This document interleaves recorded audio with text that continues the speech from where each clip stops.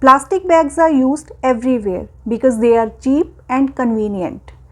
But we often ignore the fact that they are extremely harmful to the environment. They take hundreds of years to decompose, and during that time, they can cause serious damage to our land, water, and even the air. Animals often eat plastic by mistake, and it can even cause their death. In many cities, plastic bags are the reason for blocked drains and waterlogging.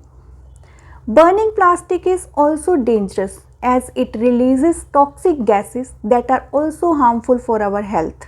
Some people might say that banning plastic bags will be counterproductive for small vendors and shopkeepers.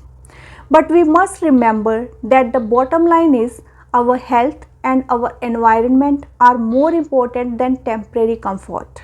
Instead of plastic bags, we can use reusable cloth bags, paper bags or jute bags, which are safer and better for the planet. So I strongly believe that plastic bags should be banned in India. This step may seem small, but it can make a huge difference in the long run. We all have responsibility to protect our planet, and saying no to plastic bags is one way to do that.